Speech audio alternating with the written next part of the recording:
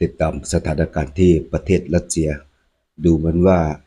รัสเซียจะผลิตอาวุธลับขึ้นมาเรื่อยๆพี่น้องตามแทบไม่ทันเลยฉากนี้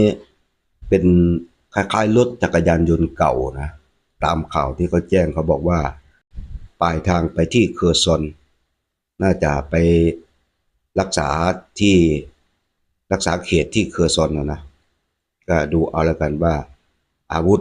ของรัสเซียตั้งแต่ช่วงเริ่มต้นของสงครามจนมาถึงปัจจุบันนี้มันเหลืออะไรบ้างจะสู้ต่อหรือจะถอยอันนี้ก็สุดที่จะคาดเดาได้พี่น้อง